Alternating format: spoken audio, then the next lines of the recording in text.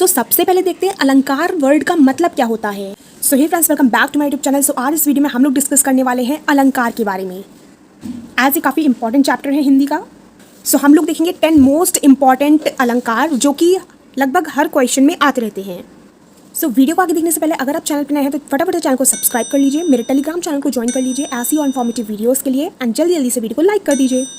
सो सबसे पहले देखते हैं अलंकार वर्ड का मतलब क्या होता है। तो अलंकार का अर्थ होता है आभूषण।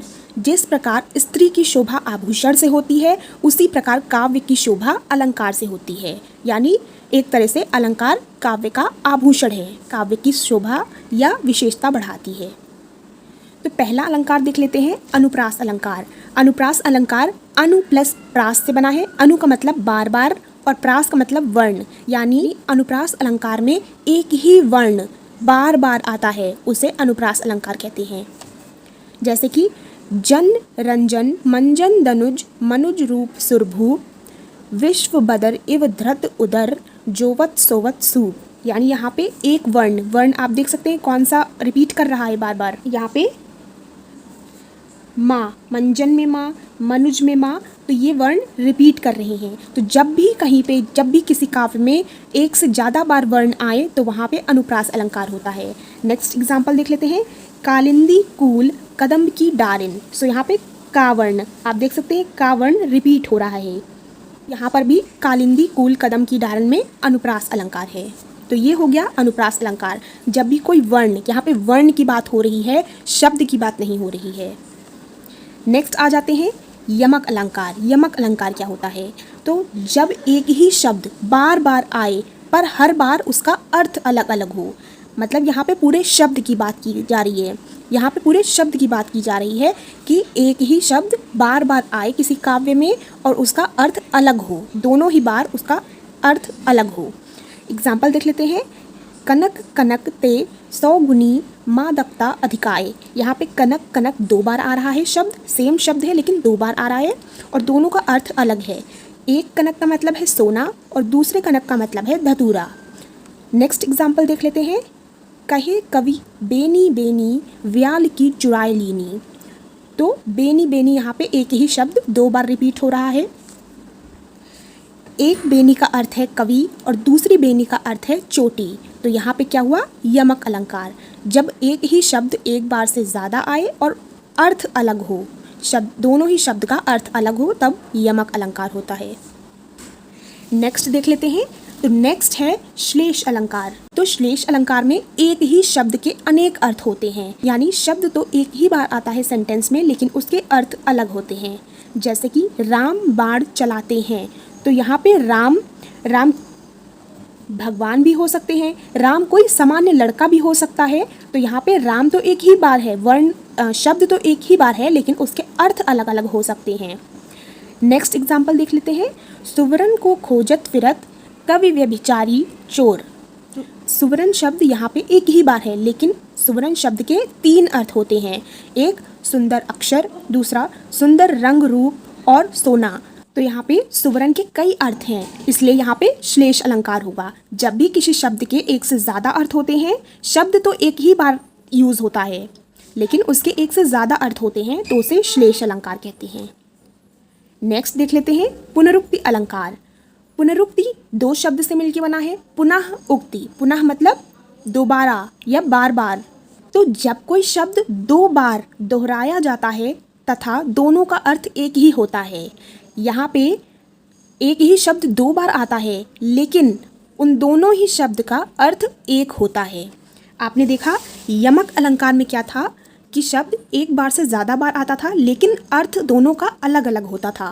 पुनरुक्ति में ऐसा नहीं होता है। पुनरुक्ति में शब्द तो एक बार से ज़्यादा आएगा लेकिन दोनों का अर्थ एक ही होगा। एग्जाम्पल देख लेते हैं, ठुमकी ठुमकी रुंझुन धुनी सुनी कनक अजीर शिशु डोलत। यहाँ पे जो ठुमकी ठुमकी यूज हुआ है, इन दोनों ही शब्द का मतलब एक ही है। नेक्स्ट एग्जाम्पल देख लेते हैं, मधुर वचन कही कही परितोषी। यहाँ पे जो कही कही का मतलब है वो एक ही है, इसीलिए यहाँ पे पुनरुक्ति अलंकार होगा। आप देख सकते हैं शब्द तो एक ही शब्द दो बार आ रहा है लेकिन इन दोनों ही शब्द का अर्थ एक है, इसलिए यहाँ पे पुनरुक्ति अलंकार होगा। नेक्स्ट देख लेते हैं उपमा अलंकार। सो उपमा यानी तुलना करना, किसी से कंपैरिजन करना। जब किसी व्यक्ति या वस्तु की तुलना हो, कंपैरिजन हो किसी अदर वस्तु से, किसी अदर चीज़ से, तब वहाँ पे उपमा अलंकार होगा। एग्जाम्पल देख लेते हैं। सागर सा गंभीर हृदय हो, गिरि सा ऊंचा हो जिसका मन। यहाँ पे सागर और हृदय का कंपैरिजन किया जा रहा है और पर्वत और मन का कंपैरिजन किया जा रहा है, इसीलिए यहाँ पे उपमा अलंकार है। और अलंकार देख लेते हैं। नेक्स्ट है रूपक अलंकार, जहाँ पर उपमेय और उपमान एक समान हो। उपमेय और उपमान क्या होता है? उपमेय वो होता है जिसकी तुलना की जाए और उपमान जिससे तुलना की जाए। तो जब ये दोनों किसी सेंटेंस में एक समान हो, एक बराबर हो, तो वहाँ पे क्या होता है? रूपक अलंकार। एग्जाम्पल देख लेते हैं। चरण कमल बंदो हरिराई। चरण यहाँ पे क्या है? उपमेय। उपमेय मतलब जिसकी तुलना की जाए। कमल यहाँ पे क्या है? उपमान, जिससे तुलना की जाए।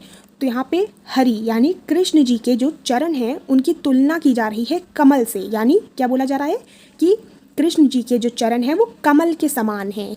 तो जब भी उपमेय और उपमान एक समान होते हैं वहाँ पे रूपक अलंकार होता है। नेक्स्ट आ जाते हैं उत्प्रेक्षा अलंकार। सो उत्प्रेक्षा अलंकार आप कैसे पहचान सकते हैं? ये एक ट्रिक है। जिस भी सेंटेंस में, जिस भी काव्य में मनु, मानव, मानो, जनु, जानो, ज्यों, त्यों आदि आता है, उसमें उत्प्रेक्षा अलंकार होगा। उदाहरण देख लेते हैं। जैसे कि सखी सोहत गोपाल के उर गंजन की माल, बाहर सोवत मन पिए दावा नल की ज्वाल। तो यहाँ पे आप इजीली इसको पता लगा सकते हैं कि कौन सा अलंकार है, क्योंकि यहाँ पे मनु आ गया है। तो जहाँ पे भी मनु, मानहु, मानो, जनु, जानो, ज्यों, त्यों आदि आता है वो उत्प्रेक्षा अलंकार होता है। दूसरा एग्जाम्पल देख लेते हैं। ले चला साथ मैं तुझे कनक, ज्यों भिक्षुक लेकर स्वर्ण। तो यहाँ पे आप कैसे पहचान सकते हैं? यहाँ पे ज्यों यूज हो गया है, इसलिए ये उत्प्रेक्षा अलंकार होगा। नेक्स्ट देख लेते हैं अतिशयोक्ति अलंकार। तो अतिशयोक्ति यानी बढ़ा चढ़ाकर। तो जब भी कभी किसी सेंटेंस में या किसी काव्य में कोई बात बढ़ा चढ़ाकर बोली जा रही है, यानी रियल में नहीं है, उसके बारे में कुछ ज़्यादा ही बताया जा रहा है, वहाँ पे अतिशयोक्ति अलंकार होता है। जैसे कि एग्जाम्पल, हनुमान की पूँछ में लगन न पाई आग, यानी हनुमान जी की पूँछ में आग नहीं लग पाई। सगरी लंका जल गई, गए निशाचर भाग। पूरी लंका जल गई और निशाचर यानी जितने भी राक्षस या पिशाच हैं वो भाग गए। यहाँ पे कहा जा रहा है हनुमान जी की पूँछ में आग नहीं लग पाई और सारी लंका जल गई और निशाचर भी भाग गए। तो यहाँ पे बढ़ा चढ़ा के बोला जा रहा है। असल में क्या हुआ था? हनुमान जी की पूँछ में आग लगने के बाद ये सब हुआ था। तो आपने जान लिया अतिशयोक्ति अलंकार, यहाँ पे बढ़ा चढ़ा कर बोला जा रहा है, इसलिए यहाँ पे अतिशयोक्ति अलंकार है। नेक्स्ट देख लेते हैं एग्जाम्पल। लहरें व्योम चूमती उठती। यहाँ पे बोला जा रहा है व्योम मतलब आकाश। समुद्र की लहरें इतनी तेज उठ रही हैं कि वो व्योम आकाश चूम रही हैं। तो ऐसा नहीं हो सकता कभी, इसलिए यहाँ पे बढ़ा चढ़ा कर बोला जा रहा है, इसलिए यहाँ अतिशयोक्ति अलंकार होगा। नेक्स्ट देख लेते हैं। नेक्स्ट है विरोधाभास अलंकार। तो जब भी कभी आपको विरोध का आभास हो, किसी सेंटेंस में, किसी काव्य में आपको विरोध यानी अपोजिशन फील हो, तो वहाँ पे क्या होगा? विरोधाभास अलंकार। एग्जाम्पल देख लेते हैं। आग हूँ जिससे ढुलकते बिंदु हिमजल के। तो क्या यहाँ पे क्या बोला जा रहा है कि आग हूँ जिससे क्या निकलता है? पानी निकलता है। तो क्या कोई आग ऐसी होती है जिससे पानी निकलता है? नहीं। तो यहाँ पे विरोधाभास, यहाँ पे विरोध हो रहा है जो बोला जा रहा है।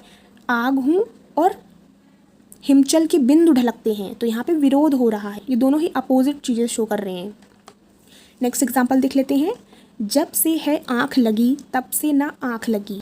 तो यहाँ पे एक तरफ बोला जा रहा है कि जब से है आँख लगी और दूसरी तरफ क्या बोल रहे हैं? तब से ना आँख लगी। तो यहाँ पे सेंटेंस में विरोध हो रहा है। नेक्स्ट देख लेते हैं। यह अथाह पानी रखता है, यह सूखा सा गात्र। सूखा सा गात्र, गात्र मतलब क्या होता है? शरीर। तो जब शरीर सूखा है तो उसमें बहुत सारा पानी कैसे हो सकता है? इसलिए एक ही सेंटेंस में दो अपोजिट वाली बातें कही जा रही हैं, इसलिए यहाँ पे क्या होगा? विरोधाभास अलंकार। नेक्स्ट अलंकार देख लेते हैं। मानवीकरण अलंकार। तो मानवीकरण अलंकार क्या होता है? जहाँ पर मनुष्य की विशेषता अन्य चीज़ों के लिए प्रयुक्त करते हैं वहाँ मानवीकरण अलंकार होता है। जैसे कि हंसना, रोना, चहचहाना, ये सब अगर हम जानवरों के लिए प्रयुक्त करें या फिर निर्जीव चीज़ों के लिए प्रयुक्त करें तो वहाँ पे क्या होगा, मानवीकरण अलंकार। एग्जाम्पल देख लेते हैं, फूल हंसे कलियाँ मुस्काईं। तो क्या कभी कोई फूल और कलियाँ हंसते हैं या मुस्काते हैं? तो नहीं, मनुष्य हंसते हैं, मुस्काते हैं। मनुष्य की विशेषता यहाँ पे फूल और कलियों को दे दी गई है, इसीलिए यहाँ पे मानवीकरण अलंकार होगा। नेक्स्ट एग्जाम्पल की हेल्प से समझते हैं, मेघ आए बड़े बंठन के संवर के। तो क्या बादल बंठन के और सज धज के आते हैं? नहीं, तो यहाँ पे मानवीकरण अलंकार होगा।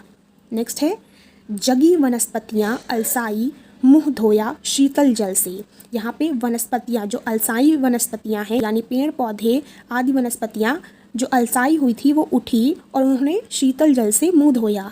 तो इस शीतल जल से मुँह धोना और अलसाना सब किसकी विशेषता है? मनुष्य की। तो यहाँ पे मनुष्य की विशेषता वनस्पतियों को दे दी गई है, इसीलिए यहाँ पे मानवीकरण अलंकार होगा।